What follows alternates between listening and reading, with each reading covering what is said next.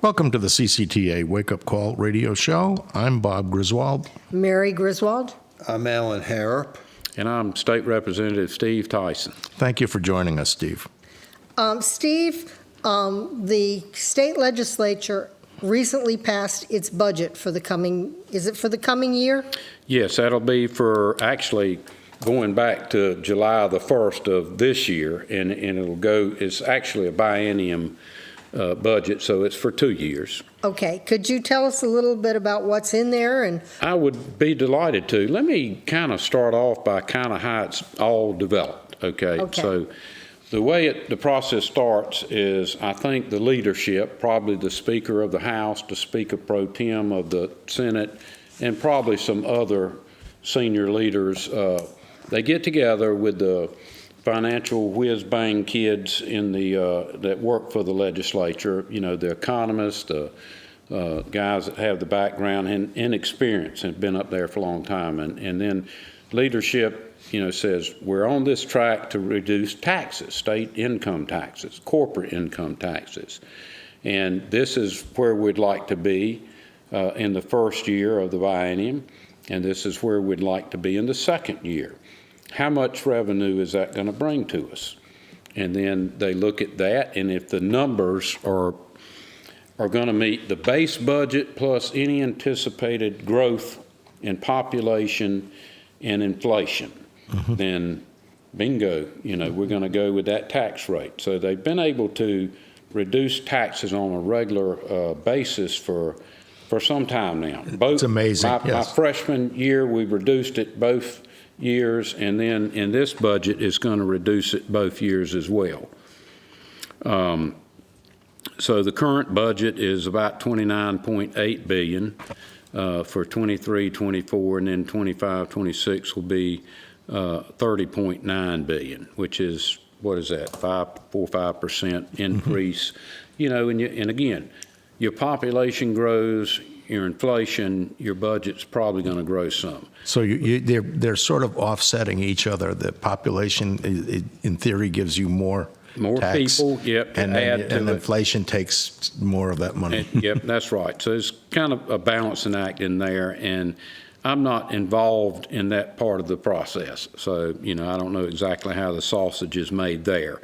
But, and so, you know, I'll give you some of the highlights of the budget. Number one, it grows the rainy day fund some, not as much as it has the last probably 4 years, but it'll put over $5 billion in the rainy day fund. So that's really quite a buffer. If you have a couple of years, 2, 3, 4 years of recession, we've got the funds, you know, to take care of our needs in North Carolina regardless, okay?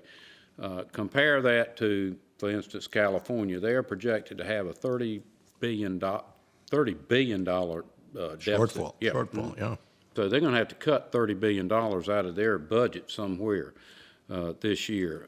Steve, just a quick thing on the rainy day fund. Now, going back to when we first moved here, and I guess we were really in trouble with the, the unemployment fund that we were borrowing money from the feds and paying interest on that. And we've been able to not only repay that fund, but again, avoid that interest. And so the state has really worked hard to try to be self-sustaining with that cushion. Yeah, the Republicans, you know, traditionally are fiscal conservatives, and when they took control of both legislatures, the House and the Senate, in 2010, I think it was, North Carolina had, had some issues. They had a budget deficit of over $1 billion. They owed the federal government, I think it was $2.5 billion roughly, for the money that they had loaned to the state for unemployment, and there were some other issues too with transportation and all. But they repaid all that money back. They have the rainy day fund was non-existent when they took over because all those funds had already been depleted, and so now, as I mentioned, we got $5 billion. We also have a pretty healthy stockpile in the unemployment reserve. I can't remember what that is right now, and I don't think it's in my notes, but it's pretty healthy as well. But anyhow, in addition to being in good shape with all of our, the rainy day fund, the unemployment funds, the capital funds that we have, and we'll talk about them a little bit later. But we were able to give the 7.4% raise for teachers, increase the starting teacher, because it's hard, it's very competitive to recruit teachers right now. There's a shortage of teachers nationwide. And so we increased the starting pay to $41,000, which was 11% over the last budget that we had. Increases, the average teacher pay in North Carolina will be $60,600 now. So we're getting more competitive. And that was I think, the program all along. When the Republicans took over, we knew we weren't going to catch up immediately with teacher pay and be competitive with some other states. But now in the southeast region, we're very competitive. And by that I mean Virginia, Tennessee, South Carolina, Georgia, Alabama, Florida, and all that. We're getting much more competitive with them. We can't obviously compete with New York, but No, and the cost of living is very different. Yeah, it is much different there. So Steve, can I ask you just a Absolutely. quick question? When you were mentioning the reduction in the state income tax, obviously there are some surrounding states like Tennessee, Florida, that's not exactly surrounding, but close by, that have moved towards a zero state income tax. Is that the objective, do you think, of the Republican Party to eventually move to that? Because that would really help with your recruiting of a number of businesses, because I have a son-in-law who works for Microsoft, and he can live anywhere, and he's looking to relocate from Florida, but he's looking only at states that have no state income tax. And I think, So is that the objective, though, you think? Or that's I what we're believe moving? that was the objective of certain people in leadership positions. I think Senator Berger, perhaps some in the House as well. I don't know that we're going to get there. I don't know that we should necessarily try to get there. Let me explain. The state budget, roughly $30 billion, about 1/3 of that comes from state sales tax. Okay, the state gets like 4 cents, and then the counties get some, and the cities get some. And so if you look at some of the states that have no income tax, for instance, Florida, they have a tremendous amount of coastline. They have a tremendous amount of people that go down there on vacation all year long, but winter too. And they have a sales tax that is higher than North Carolina. And so with all the tourism that they have down there and the higher sales tax, that's where a lot of the difference is made up. You're a captive audience once you're down there. Yeah, That's similar to Tennessee. They have a higher sales tax than we have also. Yeah, They yeah, have to and make so- up that loss of I revenue. believe, and I haven't done it, but I bet if you did a comparison, apples to apples between Tennessee and maybe even Florida, that it's really, the cost of living is probably no less there. The money has to come from somewhere. $15 billion of our budget goes towards education, either university, community colleges, K through 12.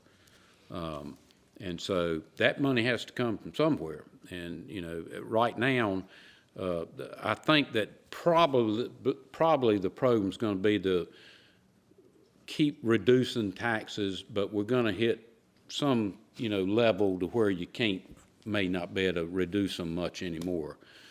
Still, almost 2/3 of the budget comes from state income tax, even though they're going to continue to be reduced. You're reducing the Yeah. pain, but it won't go away totally. Yeah. But it does bring up an interesting philosophical issue, and that is, to what extent, one advantage of relying more on sales taxes, everybody pays it. That's true. Nobody can escape it. Yeah. When you have just income tax, then the people who are employed are the ones that shoulder the burden. So if you have people on welfare, and you have people who have Working under the come table. working under the table and so on and so forth. You don't capture those people. The underground economy pays sales tax. Yeah, I It doesn't, agree 100%. it doesn't pay income tax. And that, in that sense, it's more fair. Yeah, I agree. And if in North Carolina, if you don't make over $26,500, you don't pay any, income tax, state income tax anyhow. So probably any federal income tax as well. So yeah, I would argue that the sales tax is probably a fair tax. Everybody has to pay it. You can't get around it. Yeah, the underground economy is subject to the sales tax. Plus, you have places like Amazon where you have a lot of items being brought into the state. Now, I believe the state's collecting sales tax from that type of internet sales. Is that not correct, Steve? Yeah, that program just It started. wasn't happening, yeah. That program just started a couple of years ago, I Yeah. think, maybe. Yeah, 3 or 4. when I was working, that's ages ago, we had soft sales tax states and harder sales tax states that were willing to collect from out-of-state sales. And, Yeah. I mean, I'm going to say it's an administrative addition, but it's fair taxation. Thank you for staying with us. This is the CCTA Wake-Up Call.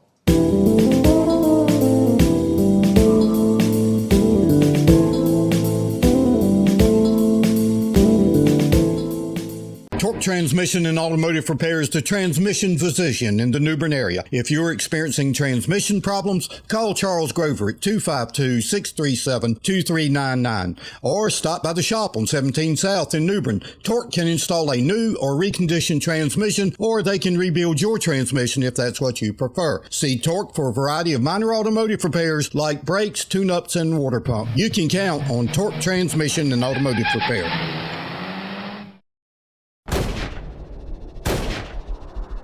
Hey folks, here's a tip. When you think firearms and ammo, think East 70 Palm. They've been on Highway 70 east of New Bern across from the fairgrounds for 31 years. Drew Preston and his staff know firearms. Gun sales have tripled in under a year, and women shooters are the fastest growing part of their business. Their great inventory, over 300 guns in stock, changes daily. And if you want something they don't have, they'll look for it. New and used, rifles, shotguns, and pistols. Buy, sell, or trade. And they also have many holsters, scopes, and other gun accessories. Every member of the staff is deeply knowledgeable, and every one of them is an excellent shooter. So don't just come for the inventory. Come for the thoughtful advice. East 70 Palm, your home for firearms, ammo, and answers. Highway 70 East New Bern, across from the fairgrounds. For news, commentary, and a different perspective, check out rightwinggranny.com. Hey, Granny's got it going on. See for yourself. Go to rightwinggranny.com. Moore's Old Time Barbecue is slow cooked and smoked over hickory in the tradition of the Moore's family for over 70 years. Moore's also serves fried chicken, cooked to order seafood, and homemade side dishes. Open 7 days a week in New Bern, Winterville, Morehead City, Swansboro, and Jacksonville. Moore's will cater and deliver anywhere you want your truly traditional barbecue and fixings delivered. And remember, if it's not Moore's, it's less. Welcome back. Okay, in addition to some of the pay raises that we talked about, the principals and non-certified school staff, people that work in the schools that aren't teachers, employees got 7% pay raise, 7% for the University of North Carolina system, community colleges also, 11% for highway patrol. And, in this day and age, I can't even imagine what it'd be like to be a highway patrolman pulling somebody over at 2 o'clock in the morning. You're by yourself on a county road in the middle of nowhere. It's just a very, very dangerous job. And so we felt like they needed a little bit higher bump than some other folks. We appreciate what everybody does. Retired state employees got a 4% cost of living bonus. And this is something I think that's relatively new, but $40 million for salary increases for hard-to-fill state employee positions. There's just some positions that are very hard to fill, certain auditor positions and all that. So if you try to recruit them in this, very competitive environment, you just won't get them for what the state is generally able to pay. And so that might give them a little bit of a extra bump in their salary, so make us more competitive. Again, this budget will reduce personal income taxes to 3.99% in 2026, which I believe gives us the lowest state income tax of any state that has a state income tax. There's obviously some that don't have income taxes. Again, I believe if you compared apples to apples, I'm not sure that the ones that don't have it aren't paying across the board as much as what you pay here when you look at county taxes and other things. So I think we're very competitive there. And again, Steve, you said that there's a floor of what, 26,000 before you even start? Yep, $26,500 you do not pay. And ours is a flat state income tax. It doesn't matter what you make, it's all going to be the same rate, which Should be. I think so too. This the way they have it in some states. I was looking at New York earlier today, and they've got about 10 categories. Going up to 12% if you make over $500,000 or whatever in state income. That's a lot of state income tax. When you start talking about 12%. Here's something I'm kind of patting myself on the back for, because I brought in a bill that would reduce the state what they call privilege tax, and it's really a nuisance tax. And so it didn't make it through the process of legislation, but everybody wanted to see it happen, but the time ran out, so they stuck it in the budget. And so it eliminates the state privilege tax, which, people like realtors, builders, CPAs, lawyers, professional people have to pay. It's only $50 a year, but it's a nuisance. You have to. The privilege to do business here. Yeah, even the name of it, privilege tax, is ridiculous. But the cost, and you couldn't pay it online. You had to fill out an application and mail it in. They didn't have the computer software set up to take a online payment or anything like that. So it's just a pain, a lot of people forget about them. And so the amount that it costs them to process the privilege tax probably cost about as much as the privilege tax brought in. And so Now, is that gone, or? that's gone. Yep. For most people. Now, there are certain banks that do business, interstate type banks, like for Wells Fargo, and some of the big banks like that, they'll have to continue paying it. But for your average, small business and all, they don't have to pay it anymore. We did, and this is kind of in the budget, but not in the budget, we allowed everybody to qualify for some of the opportunity scholarships. And, if you're making $500,000 a year, you're not going to get, you might get $1,500 towards your child going to a private school or religious school, but, we did extend it to where anybody would qualify. We felt like everybody pays taxes, so everybody should qualify for, So it's not just a needs-based things. It is, as you said, within reason. Yeah, it's on a sliding scale depending on your income, but we feel like, we're going to continue on that track, increasing the amount of money. And I had an interesting conversation yesterday when I was coming home from Raleigh. I was stopped at Chick-fil-A, my favorite place to dine, in LaGrange. And somebody came up to me and saw my license plate, and his wife was a retired school teacher. And they asked me, how I felt about these opportunity scholarships. And I said, well, I supported them wholeheartedly. And he said, well, my wife's a public school teacher. I said, well, I support public schools as well. I mean, we have to have both. And you have to be open-minded to the fact that public schools have to take every child. Private schools do not. Private school doesn't have to take a special needs kid. So, they're at a certain disadvantage when it comes to educating children. But at the same time, public schools aren't for every child. And so I think it's a win-win doing it the way that we're doing it. Do you anticipate, Steve, that in the future that the General Assembly would consider adding homeschoolers to that program? The reason being, I think I had mentioned that when you look at the numbers, there's 162,000 homeschoolers and there's 128,000 private schoolers as of, I think, 2020, I don't know exactly what year. But my point is that homeschoolers actually represent a bigger percentage. And I know that you made some changes, but I'm just wondering, is there any hope that perhaps in the future that homeschoolers will be considered as legitimate people to get, again, as you said before, they're paying taxes and they're having a lot of expenses, they can't work because they're homeschooling. So anyway, and some states have vouchers. They don't call them opportunity scholarships, they call them vouchers that follow the children from place to place, regardless of where you go. But is there any hope that might happen? I would say absolutely yes. Good. I know there was some discussion on that topic this past session that just, didn't get there, ran out of time, so to speak. But I would think that that's going to come up again. Good. Go ahead, Bob. You're gonna. No, I was going to say, so it's not totally sidelined. No, not at all. Yeah, and appreciate hearing that.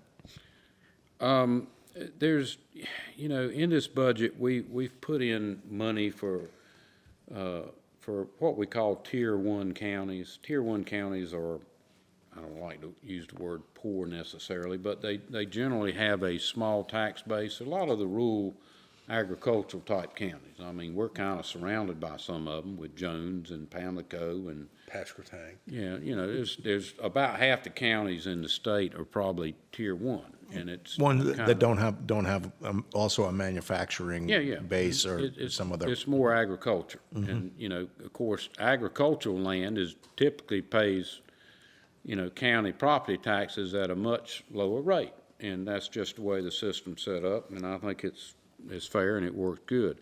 But at the same time, there are challenges in the Tier 1 counties that you don't see in counties like Wake County and Mecklenburg and some of the areas that are growing much faster.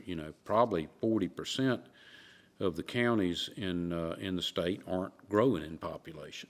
So most of your growth seems to be in the bigger urban areas, and that's a trend that is not just in North Carolina, but it's in other states as well. And so we try to look out for the counties that are struggling, to provide adequate educational facilities for the students. And this budget puts in $709 billion for school construction, which is typically a county county function. Yeah, county function. Build schools, repair schools, and all that. But we understand that it's much more difficult, and so that money will go almost exclusively, if not exclusively, to Tier 1 type counties. Let's see. Excuse me, Steve, just one follow-up on that. One of the things that's going on in Craven County schools is they have actually had a reduction of the number of students they have now compared to what they had several years ago. And my understanding is they're looking at the schools. They have, I believe, 26 schools now, school buildings. Of course, they have to be maintained.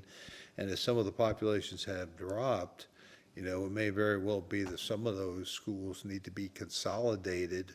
And I know sometimes that can be difficult because people like their neighborhood schools, but they become very expensive to maintain. Well, that's very true, and we've seen that here in Craven. I think in the mid-'90s or early '90s, there were roughly 15,000 students in the public school system, and today there's, I think, around 12, could be a little bit less than that. Yeah, that's what I heard. More people are homeschooling. In addition, though, one of the biggest reasons for that is that the Cherry Point Marine Station lost a couple of naval squadrons that went to Norfolk. So, okay. Hopefully they'll get better, yeah. Well, I think it is getting better down there. I'm optimistic. Do you think that the COVID epidemic and the fact that parents got to see what their kids were learning in school had anything to do with the drop of the school population? I think there's no doubt that. I think that's, pretty anecdotal evidence is, you've seen that not just in North Carolina, but nationwide, I think. Mm-hmm. Yeah, it's been an eye-opener, and also what sometimes the schools are attempting to teach as some of the new curriculum is just unsatisfactory from the parental perspective. And we spend an awful lot of time in the General Assembly addressing some of these issues like that. Yeah. Maybe if we have time, we'll talk about them. Okay. Well, again, right now, we're just going to take another quick break to hear from our sponsors and supporters, and thank you for staying with us. This is the CCTA Wake-Up Call.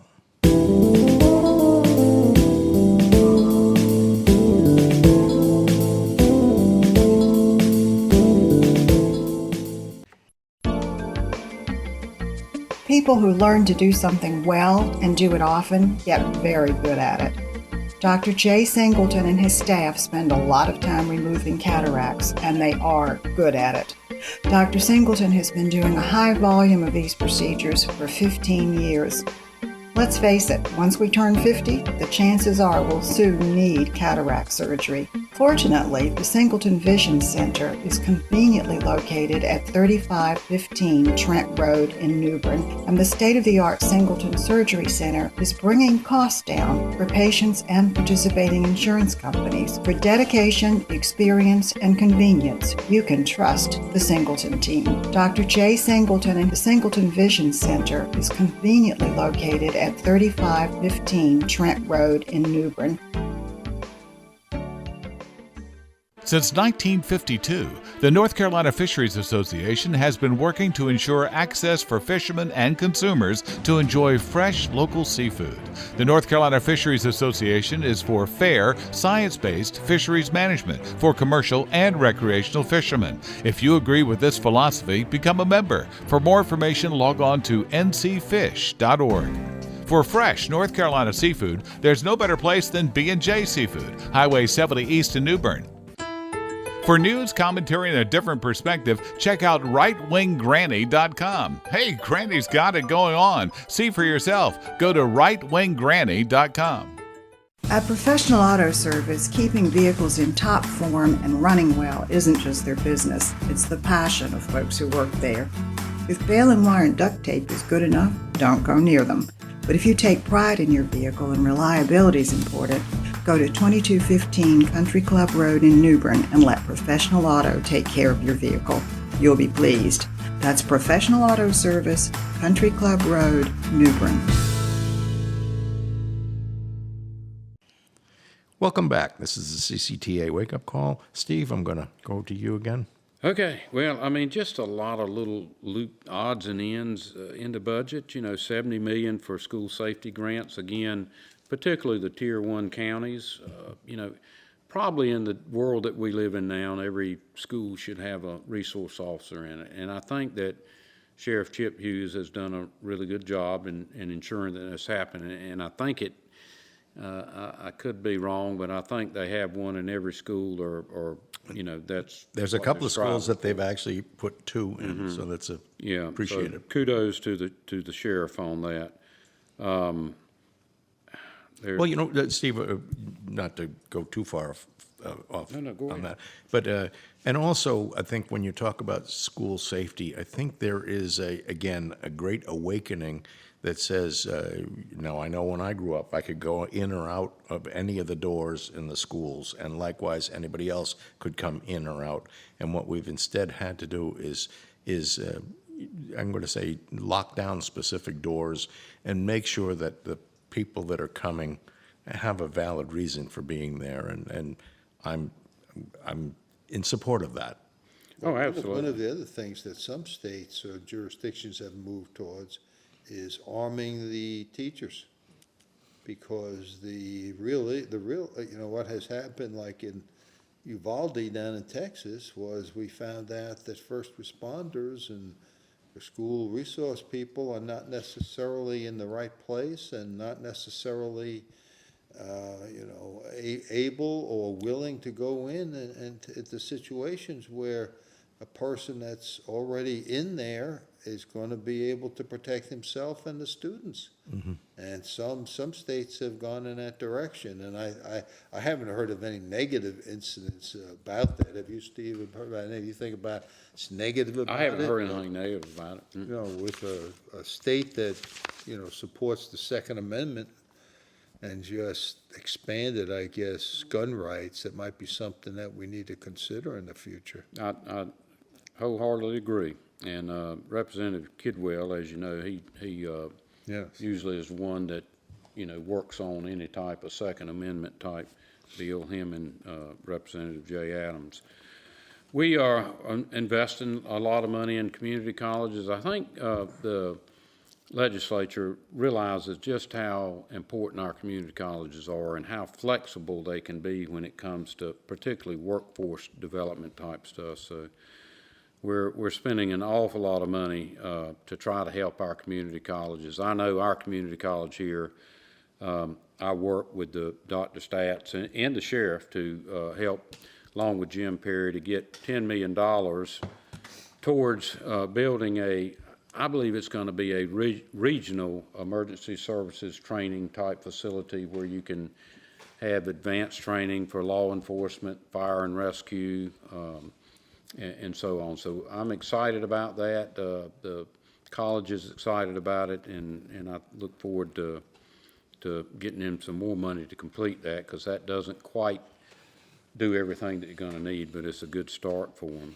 I really support that, and that's a great idea, Steve. I'm glad you're behind that, because what's been going on over the last several years is the colleges have been focusing primarily on generating more college graduates. Absolutely. Many of which have degrees that they don't have any specific need for in the economy. Absolutely. And we need more people with practical skills. I know my son runs a commercial refrigeration business in Raleigh, and he has a tough time getting technicians, and he pays them a good salary. And I think more people going into that type of skill would be more successful in their own lives and solve a need that we have in our economy. There's I hear it all the time, there's a shortage of, people in the trades. In the trades, yeah. Across the board. And our community college, I think, is a leader in the state when it comes to workforce training. And I believe there were six North Carolina community colleges that were just highlighted as some of the very best in the country, and so we've got a good representation there. One other thing that I want to add about the community colleges, I know that it's blood, sweat, and tears trying to get the good professors and whatever else, and keeping those costs under control, and I know the state is doing a good job, whereas I'm going to fault many of the major colleges. They have no idea how to control expenses. They're just, let's just double costs.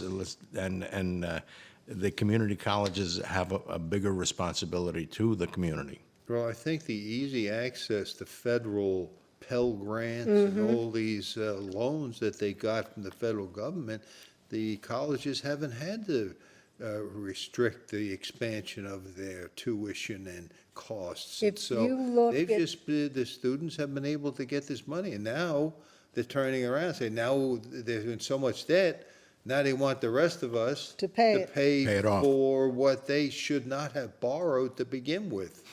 If you put a chart together of the cost of college versus inflation, you will Oh, find that the It's 4 cost of times higher. Yeah. I did look at that the other day. It's 4 times higher. I want to ask you a question. Where Okay. in the budget, what is the relationship to the budget, whatever? What happened to Medicaid expansion? Where is that? It's in the budget. So what that does essentially is, as you know, the federal government will provide 90% of the cost for the expanded part of the Medicaid. The traditional Medicaid is paid 1/3 by the state, 2/3 by the federal government. But I think that North Carolina went about Medicaid expansion the right way. I do, and they did it with what's called Medicaid transformation. And Medicaid transformation makes the state allocates a certain amount of money that will go towards each Medicaid patient, okay? And so the healthcare providers that accept Medicaid patients, they have to agree to accept, we're gonna take $10,000 per Medicaid patient, okay? And you're gonna treat them just like you would somebody with Blue Cross Blue Shield, and you're gonna keep them healthy. And if you spend more than that, then you're gonna eat, that. But if you spend less than that, then you get to keep, the rewards of that. And we think it's gonna work fine. In fact, it is working fine so far. But because we did that, it makes North Carolina eligible for a higher reimbursement in their Medicaid patients. And it's healthcare providers will get higher reimbursement than a state that doesn't have this Medicaid transformation, and it's significantly higher, to tell you the truth. Now, I know that as conservatives, we don't want to see expansion of government, but the reality is this is something that the governor wanted, the Senate wanted, they voted on Medicaid expansion. I think 48 members voted for it. I think Norm and one other member did not. Right. But frankly, I think it was inevitable. And we have heard rumors that the federal government may do something to force the 10 states now, I think, that have not expanded to Medicaid to expand it. And what could they do? Oh, the federal government's got a lot of leverage when it comes to making you do some things that you don't want to do necessarily. I also understand that this was the carrot for the governor that says you won't veto. Well, there's a lot of things in that budget that the governor did not like. I can assure you that. Tons of it, but he wanted to see this happen more. Another thing, again, I know as fiscal conservatives we don't like it, but the federal government gave us $1.6 billion sign-on bonus, if you will, and I don't like to use that term, but that probably best describes it. Well, it's out of our. It was an incentive. It's out of our pocket. Of course it is.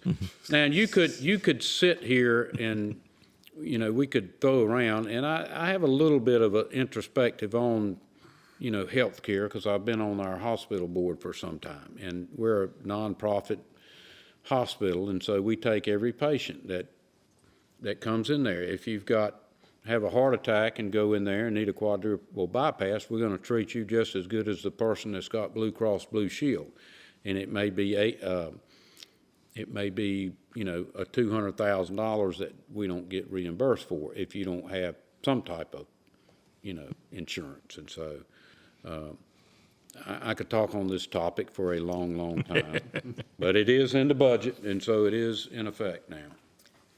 When we come back, I want to ask you about. Well, we've got a whole nother minute, so.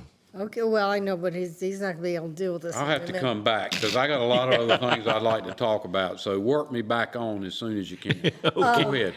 When we get back after break, I would like to have you talk a little bit about what happened this year with casinos. Okay. And where that stands and everything that went on, because I think there are a lot of people who don't really understand what went on and what happened and would like to know. So am I allowed to use that as a teaser? Absolutely. We'll be back in a couple of minutes and thank you for staying with us, and we'll ask you to hear from our sponsors and supporters.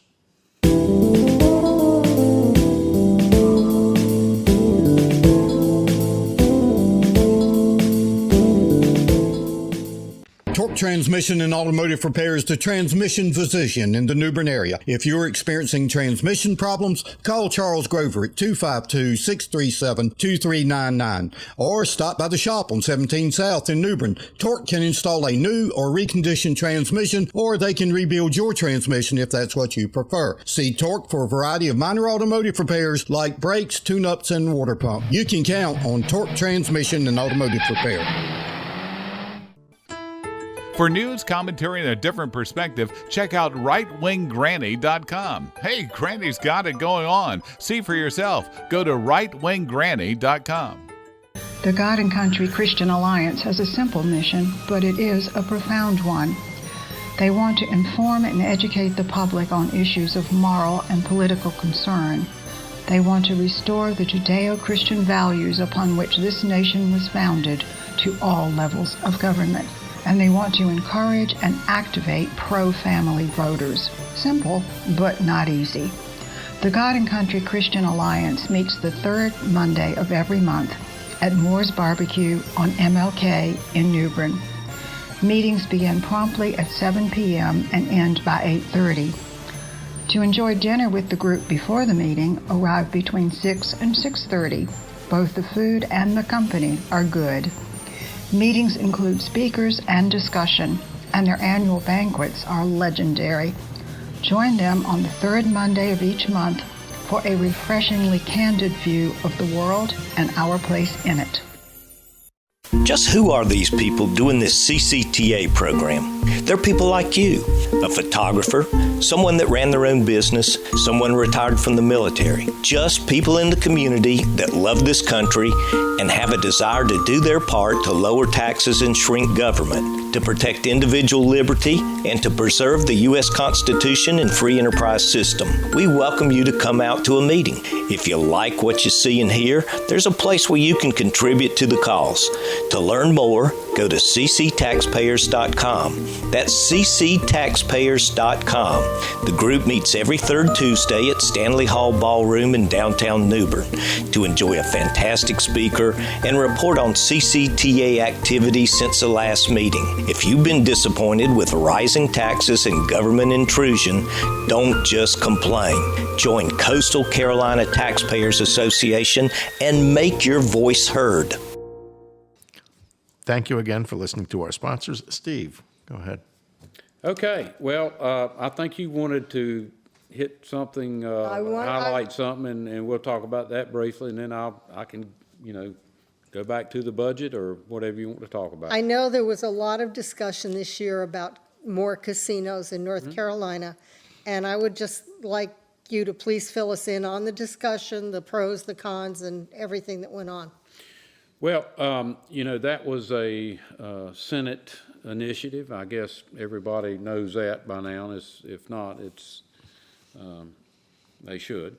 But the House, at the end of the day, it passed in the House or in the Senate, and then it just didn't have the votes in the House, to get it in the budget where it passed. So To reconcile that, yeah. it was.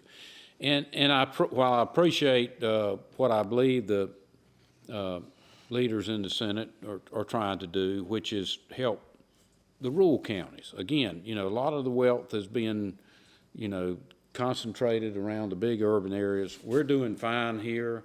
Greenville's doing fine. But there's many a county in the state that are not, and the original proposal would put 4 casinos in some of the rural areas, and with the hopes that it would bring a lot of sales tax, a lot of property tax, a lot of development, and this, that, and other. And at the end of the day, the votes were not there in the House, to get it over the top. So Yeah, I think it's going to rear its head back up at some point in time. Now, we have 2 casinos now, and they're in, Cherokee. And the Catawba Indians both have run, and they work out good for them. I mean, they provide pretty good jobs, but the benefits are, really helpful for the Indian tribes. And there is another state-recognized Indian tribe, Lumbees, but they're not they don't have a federal recognition right now. And although it's, there's some pretty hard pushing, I understand, to try to get them federally recognized. And so it's possible that they could see one in Pembroke is where the largest concentration of Lumbee Indians are. Is there a reason why the casinos are connected to the Indians?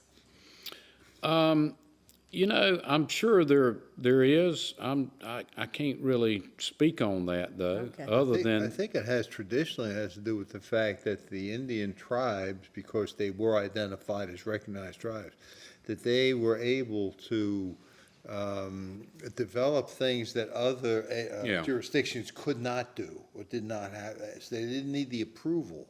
So I think that's why they went down. On their land, they were Their totally in land charge. and so on and so forth, because they had, not total independence, but they had more independence than a typical city or county would have. I think that's why you see them mostly centered there. Now, I don't know whether how much or if any tax money that's generated in those casinos that are on Indian land now goes to the state or not. I'm not aware of any that goes into the state coffers. And Okay, I've so it looked just through the stays with budget. I've never seen the Indian it. So reservation. Is that- I think all of the profit.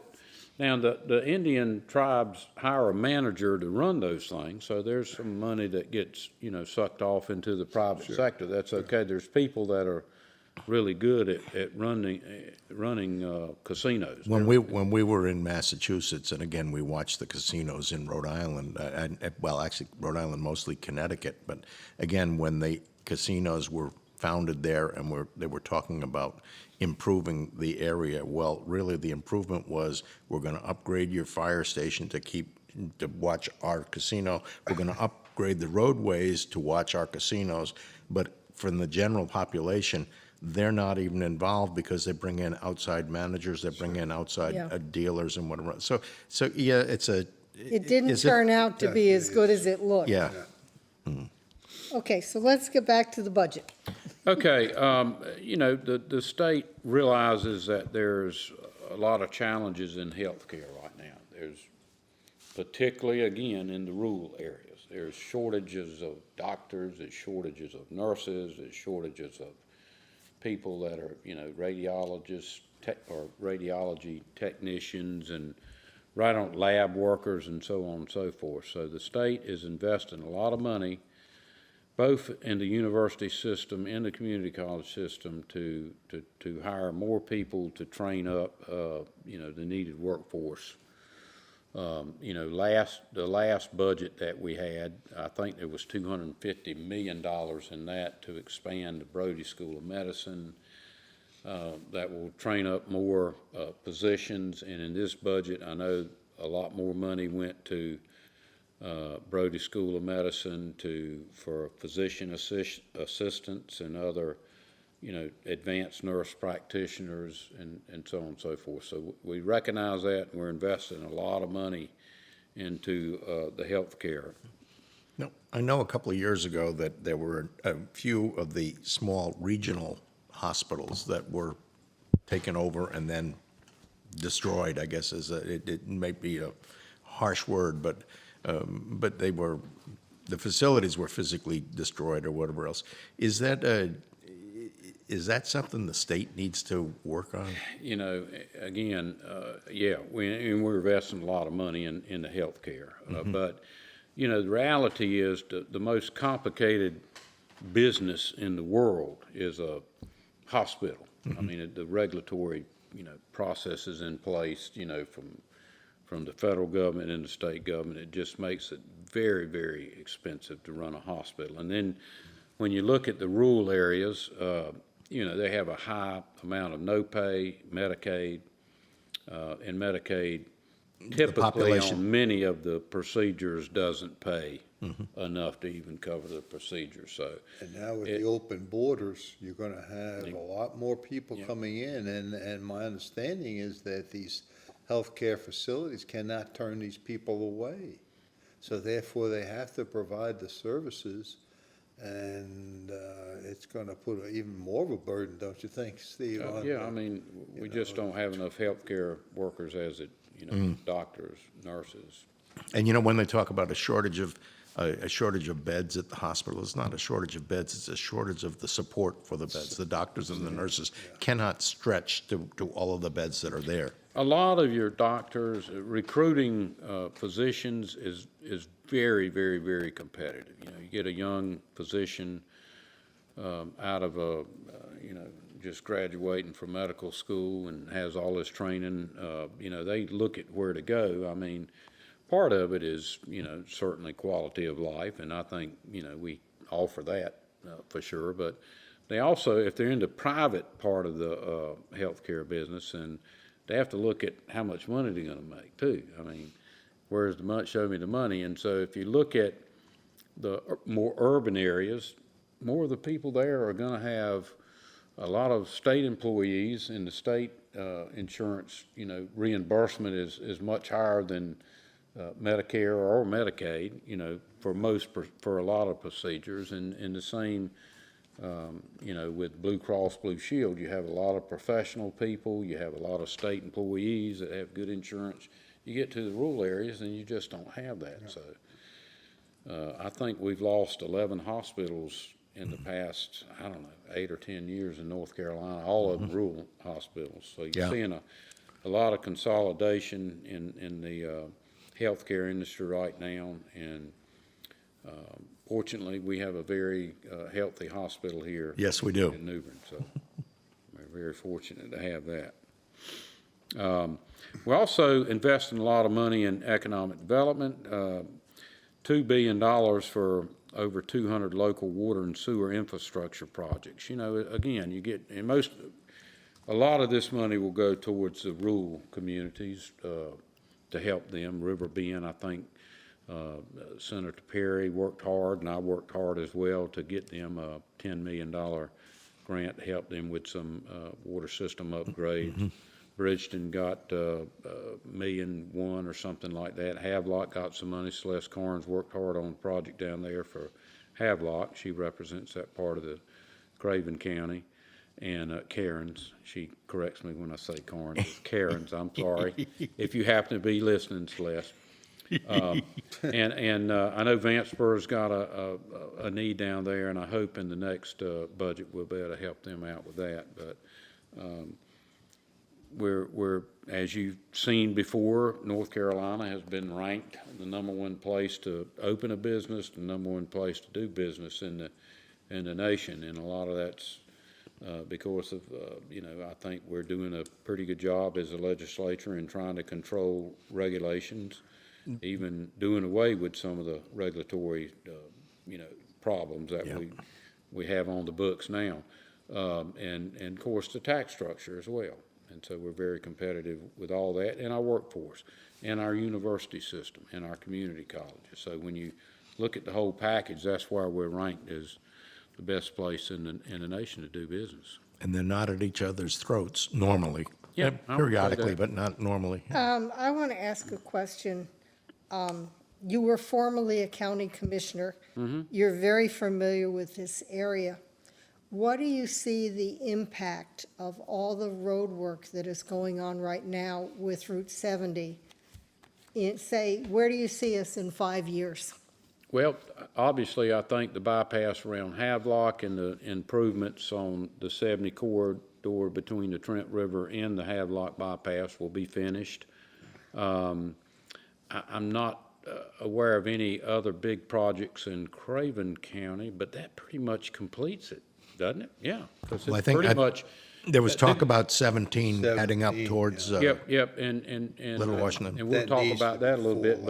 But as far as 70, I can't begin to tell you how important that is. Mm-hmm. And having an interstate grade road opens up an awful lot of stuff for commerce. I'll say that. If you don't have an interstate road, you're not even in the game for a lot of business and commerce. And with the way that the Raleigh area is growing, I was up there this past weekend watching my 2 grandkids play some sports in Cary, and the construction of multifamily dwelling is just unbelievable how it's growing. And where they're going to go on vacation. And now, though, if they get a nice interstate down to Morehead City and down to that area, they better get ready because they're coming. They will be coming, And yes. a lot of them are moving out to Johnson County, which is adjacent, and even Wayne County. All right. But the big cog in the wheel is going to be, I think, Lenoir County when it comes to Highway 70. Upgrading. They're working on that, but that one could be a ways out. I would say that's 5-10 years Right out. through Kinston, But yeah. the rest of it will be interstate grade from Havelock to all the way up to Raleigh, Interstate 95 and 40. Could I throw out a change in topic right before we're getting towards the end, right? Yes, we've got Yes. about a And minute. this is just something that I've been thinking about the last few days, and it may seem outlandish, but I think it should be considered. And of course, it would take legislative action. That's why I want to bring it up while Representative Tyson's here. The public schools in North Carolina are failing. The data shows that less than 50% of the kids in the public schools are meeting grade levels in math or reading. And I believe that an alternative that needs to be considered is to redirect the ultimate authority for education from the state Board of Education to the local boards of education. The local boards of education are closer to the communities. They're elected by the public. They report to the public, where now we have an education system or board that is appointed by the governor and under no control by the people. End of comment. Okay, go ahead. Go ahead. Well, I was going to say you're not going to get a lot of argument from me on that one. So I know we're about out of time, but I look forward to coming back because there's a lot more to talk about. Thank you, Steve, for staying with us, and we appreciate your time with us and your report on the state of the budget or the legislature. And again, this is the CCTA wake-up call. Thank you for staying with us.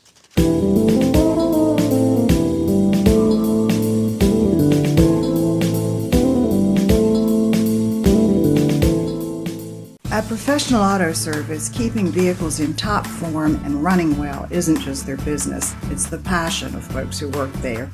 If baling and wire and duct tape is good enough, don't go near them.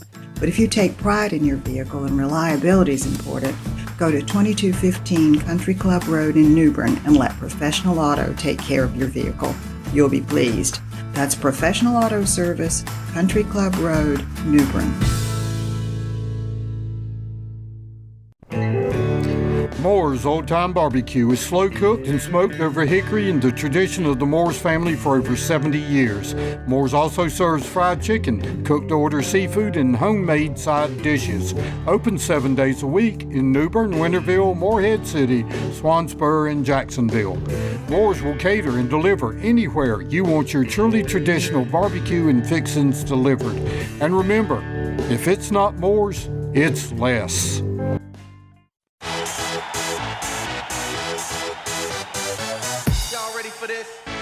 The County Compass is a rapidly growing, free weekly newspaper throughout eastern North Carolina. At the County Compass, we believe small business is the future of our great nation. Many small business owners have discovered that an ad in the County Compass each week is the most effective, the most affordable way to reach thousands of readers from all walks of life. At the County Compass, we focus entirely on local and regional news, coverage of important issues that directly affect your life. At the County Compass, we love our readers and we love our advertisers. This Thursday and every Thursday at more than 750 distribution points throughout eastern North Carolina, pick up your free copy of the County Compass newspaper. Since 1952, the North Carolina Fisheries Association has been working to ensure access for fishermen and consumers to enjoy fresh local seafood. The North Carolina Fisheries Association is for fair, science-based fisheries management for commercial and recreational fishermen. If you agree with this philosophy, become a member. For more information, log on to ncfish.org. For fresh North Carolina seafood, there's no better place than B&J Seafood, Highway 70 East in New Bern.